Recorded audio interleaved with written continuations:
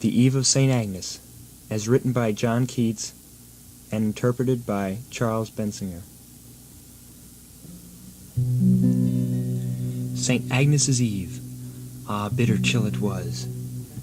The owl for all his feathers was a-cold. The hare limped trembling through the frozen grass, and silent was the flock in woolly fold. Numb were the beadsman's fingers while he told his rosary, and while his frosted breath, like pious incense from a censer old, seemed taking flight for heaven without a death, past the sweet Virgin's picture, while his prayer he saith. His prayer he saith, this patient holy man, then takes his lamp and rises from his knees, and back returneth, meager, barefoot wan, along the chapel aisle by slow degrees. The sculptured dead on each side seem to freeze, imprisoned in black purgatory rails. Knights, ladies, praying in dumb oratories he passeth by, and his weak spirit fails to think how they may ache in icy hood and mails. Northward he turneth through a little door, and scarce 3 steps ere music's golden tongue flattered to tears this aged man and poor.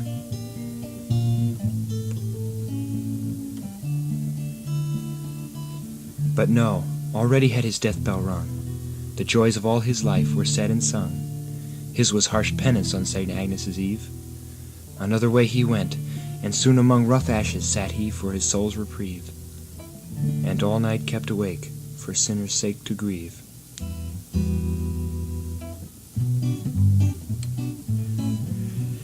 That ancient beadsman heard the prelude soft, and so it chanced, for many a door was wide from hurry to and fro. Soon up aloft the silver snarling trumpets began to chide. The level chambers, ready with their pride, were glowing to receive 1,000 guests. The carved angels, ever eager-eyed, stared where upon their heads the cornice rests, with hair blown back and winds put crosswise on their breasts. At length burst in the argent revelry, with plume, tiara, and all rich array, numerous as shadows haunting fairly the brain, new stuffed in youth with triumphs gay of old romance.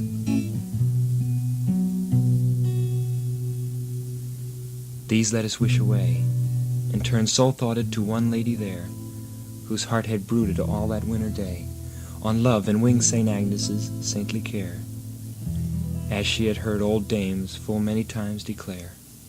They told her how upon St. Agnes's Eve young virgins might have visions of delight, and soft adorings from their loves receive upon the honeyed middle of the night. If ceremonies due they did aright, as supperless to bed they must retire, and couch supine their beauties lily white, nor look behind nor sideways, but require of heaven with upward eyes for all that they desire.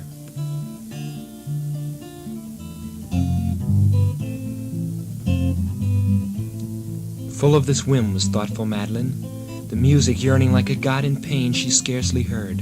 Her maiden eyes divine, fixed on the floor, saw many a sweeping train pass by. She heeded not at all. In vain came many a tiptoe amorous cavalier, and back retired, not cooled by high disdain. But she saw not, her heart was otherwhere. She sighed for St. Agnes's dreams, the sweetest of the year.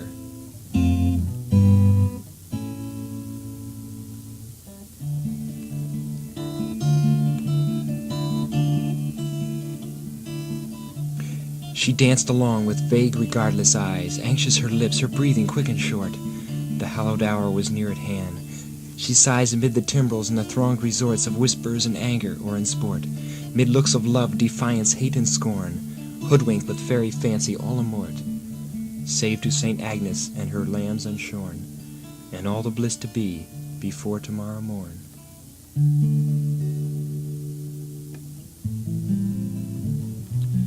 So proposing each moment to retire, she lingered still.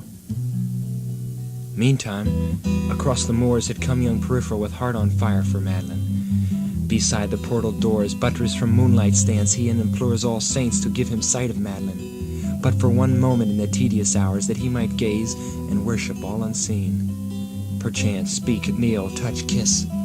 In sooth, such things have been.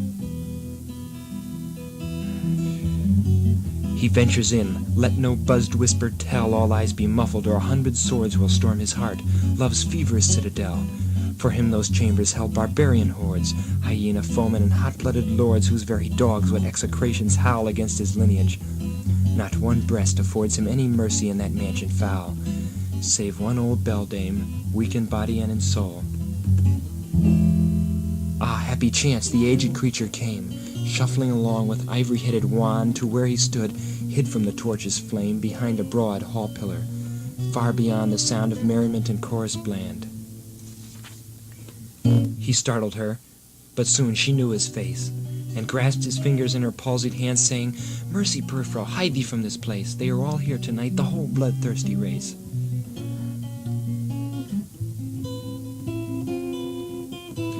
Get hence, there's dwarfish Hildebrand. He had a fever late, and in the fit he cursed thee and thine, both house and land. Then there's that old Lord Maurice, not a whit more tame for his grey hairs. Alas me, flit like a ghost away. Ah, gossip dear, we're safe enough, here in this armchair sit, and tell me how, good saints, not here, not here. Follow me, child, or else these stones will be thy bier.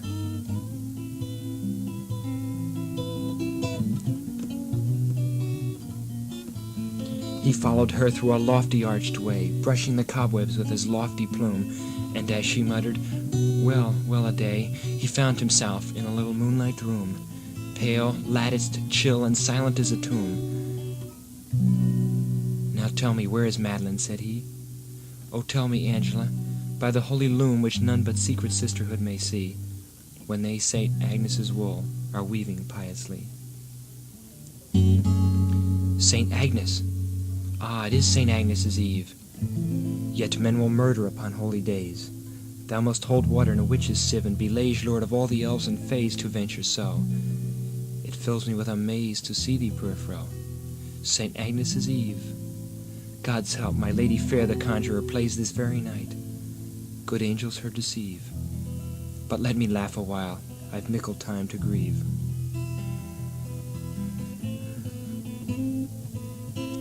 Feebly she laugheth in the languid moon, while Peripheral upon her face doth look, like puzzled urchin on an aged crone who keepeth close a wondrous riddle book, as spectacled she sits in the chimneyed nook. But soon his eyes grew brilliant when she told his lady's purpose, and he scarce could brook tears at the thought of those enchantments cold, and Madeline asleep in lap of legends old. Sudden a thought came like a full-blown rose, flushing his brown, and his pained heart it made purple riot. Then doth he propose a stratagem that makes the beldame start. "A cruel man and impious thou art. Sweet lady, let her pray and sleep and dream, alone with her good angels, far apart from wicked men like thee. Go, I deem'st thou canst not surely be the same that thou didst seem." "I will not harm her, by all the saints I swear," quoth Peripheral. "Or may I never find grace when my weak voice shall whisper its last prayer, if one of her soft ringlets I displace, or look with ruffian passion in her face. Good Angela, believe me by these tears, or I will, even in a moment's space, awake with hard shout my foemen's ears, and beard them though they be more fanged than wolves and bears."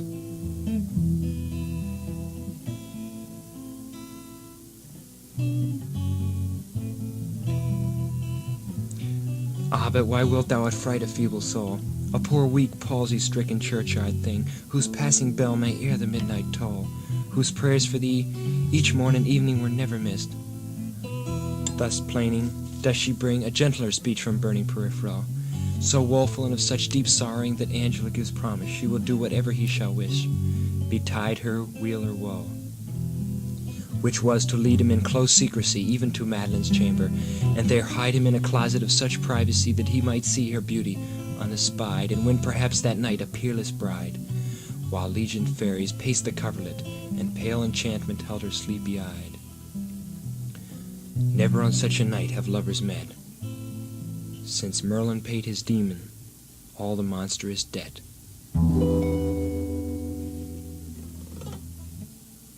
"It shall be as thou wishest," said the dame. "All cates and dainties shall be stored there quickly on this feast night. By the timbre frame her own lute thou wilt see.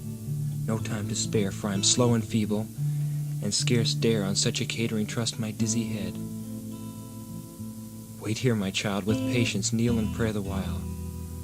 Ah, thou must needs the lady wed, or may I never leave my grave among the dead.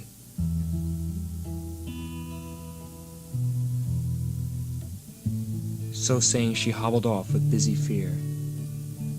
The lover's endless minutes slowly passed. The dame returned and whispered in his ear to follow her, with aged eyes aghast from fright of dim espial. Safe at last, through many a dusky gallery they gained the maiden's chamber, silken, hushed, and chaste, where Peripheral took covered, pleased domain. His poor guide hurried back, with agues in her brain. Her faltering hand upon the balustrade, old Angela was feeling for the stair, when Madeline, St. Agnes's charmed maid, rose like a mission spirit unaware. With silver tapered light and pious care she turned down the aged gossip, led to a safe level matting. Now prepare, young Peripheral, for gazing on that bed. She comes again, like ringdove, flayed and fled.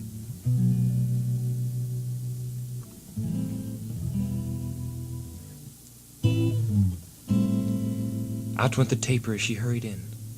Its little smoke in pallid moonshine died. She closed the door, she panted, all akin to spirits of the air and visions wide, no uttered syllable or woe betide.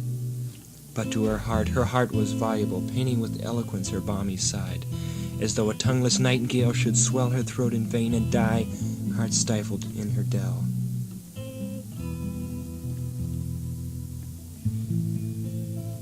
A casement high and triple arched there was, all garlanded with carven imageries of fruits and flowers, and bunches of knot grass, and diamond with panes of quaint device, innumerable of stains and splendid dyes, as are the tiger moss, deep damasked wings. And in the midst, mid thousand heraldies, and twilight saints and dim emblazonings, a shielded scutcheon blushed with the blood of kings and queens.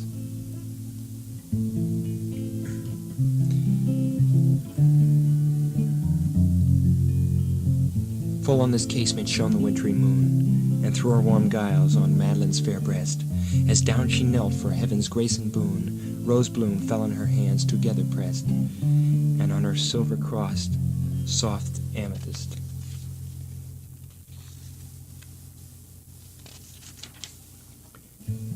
And on her hair a glory like a saint, she seemed a splendid angel, newly dressed. Save wings for heaven, Peripheral grew faint.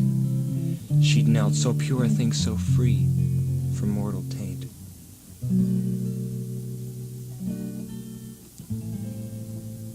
Anon his heart revives, her vespers done, of all its wreathed pearls her hair she frees, unclasped her warm jewels one by one, loosens her fragrant bodice by degrees, her rich attire creeps rustling to her knees, half hidden like a mermaid in seaweed. Pensive awhile she dreams awake, and sees in fancy fair St. Agnes in her bed, but dares not look behind, or all the charm is fled. Soon trembling in her soft and chilly nest, in sort of a wakeful swoon, perplexed she lay, until the poppied warmth of sleep oppressed her soothed limbs, and soul fatigued away, flown like a thought until the morrow day, blissfully heaven both from joy and pain, clasped like a missile where sword Paynims play, blinded alike from sunshine and from rain, as though a rosebud should shut and be a bud again. Stolen to this paradise, and so entranced, Peripheral gazed upon her empty dress, and listened to her breathing, as if chanced to wake into a slumberous tenderness, which when he heard, that minute did he bless, and breathed himself. Then from the closet crept, noiseless as fear in a wide wilderness, and over the hushed carpet silent stepped, and 'tween the curtains peeped where, lo, how fast she slept.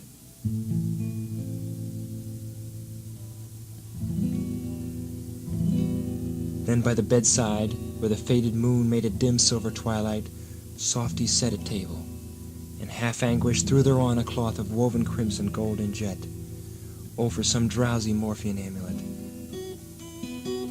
The boisterous midnight festive clarion, the kettle drum and far-heard clarinet affray his ears, though but in a dying tone.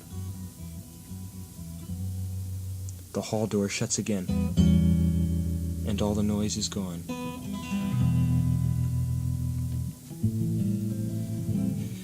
And still she slept, an azure-lidded sleep, in blanched linen smooth and lavendered, while he from forth the closet brought a heap of candied apple, quince and plum and gourd, with jelly smoother than the creamy curd, and loosened syrops tinct with cinnamon, manna and dates and argosies transferred from Fez, and spice dainties, every one from silken Samarkand to cedared Lebanon.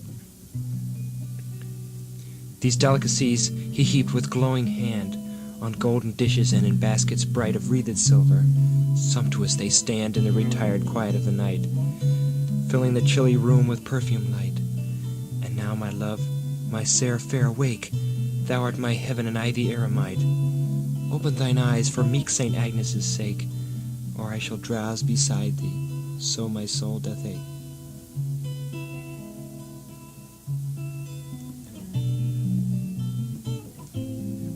Thus whispering, his warm, unnerved arm sank in her pillow. Shaded was her dream by the dusk curtains. 'Twas a midnight charm, impossible to melt as ice stream. The lust salvers in the moonlight gleam. Broad golden fringe upon the carpet lies. It seems he never, never could redeem from such a steadfast spell his lady's eyes. So mused awhile and toiled in wolfed fantasies.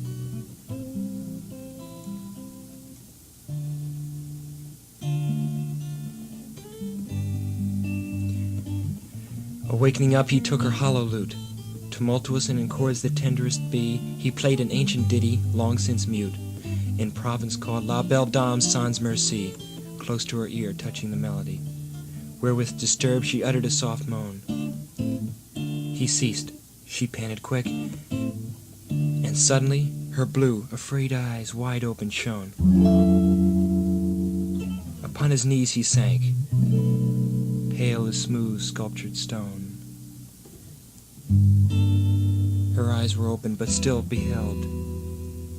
Now, wide awake, the vision of her sleep, there was a painful change that nigh expelled the blisses of her dream so pure and deep, at which fair Madeline began to weep, and moan forth witless words with many a sigh, while still her gaze on peripheral would keep, who knelt with joined hands and piteous eyes, fearing to move or speak, she looked so dreamingly.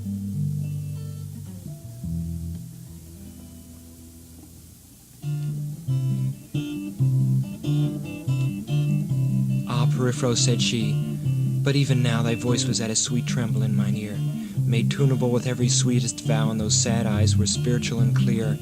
How changed thou art, how pallid, chill, and drear. Give me that voice again, my peripheral, those looks immortal, those complainings dear. Oh, leave me not in this eternal woe, for if thou diest, my love, I know not where to go.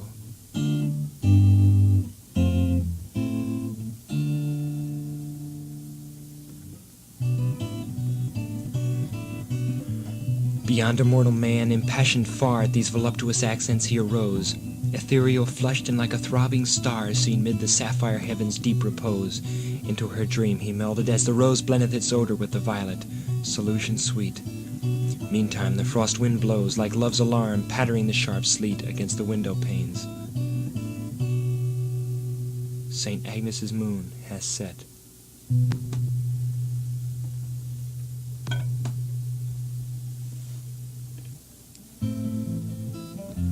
'Tis dark, quick pattereth the flaw-blown sleet. This is no dream, my bride, my Madeline. 'Tis dark, the iced gusts still rave and beat. No dream, alas, alas, and woe is mine. Peripheral will leave me here to fade and pine. Cruel, what traitor could thee hither bring? I curse not, for my heart is lost in thine. Though thou forsakest a deceived thing, a dove forlorn and lost with sick unpruned wing. My Madeline, sweet dreamer, lovely bride, say, may I be for aye thy vassal blessed? Thy beauty's shield, heart-shaped and vermeil dyed? Ah, silver shrine, here will I take my rest after so many hours of toil and quest. A famished pilgrim saved by miracle. Though I have found, I will not rob thy nest, saving of thy sweet self, if thou think'st well to trust fair Madeline to no rude infidel.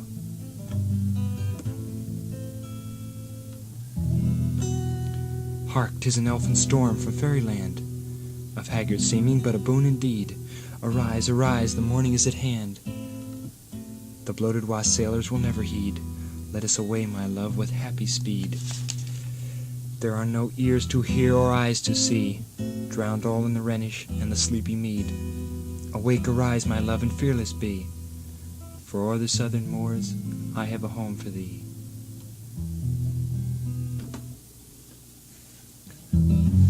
She hurried at his words, beset with fears, for there were sleeping dragons all around. At glaring watch, perhaps with ready spears, down the wide stairs a darkling way they found. In all the house was heard no human sound. A chain-drooped lamp was flickering by each door. The arras, rich with horseman, hawk, and hound, flooded in the besieging wind's uproar. And the long carpets rose along the gusty floor.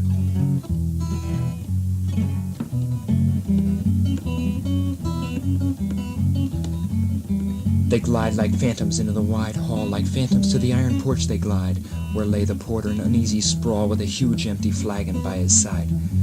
The wakeful bloodhound rose and shook his hide, but his sagacious eye an inmate owns. By one and one the bolts full easy slide. The chains lie silent on the foot-worn stones. The key turns, and the door upon its hinges groans.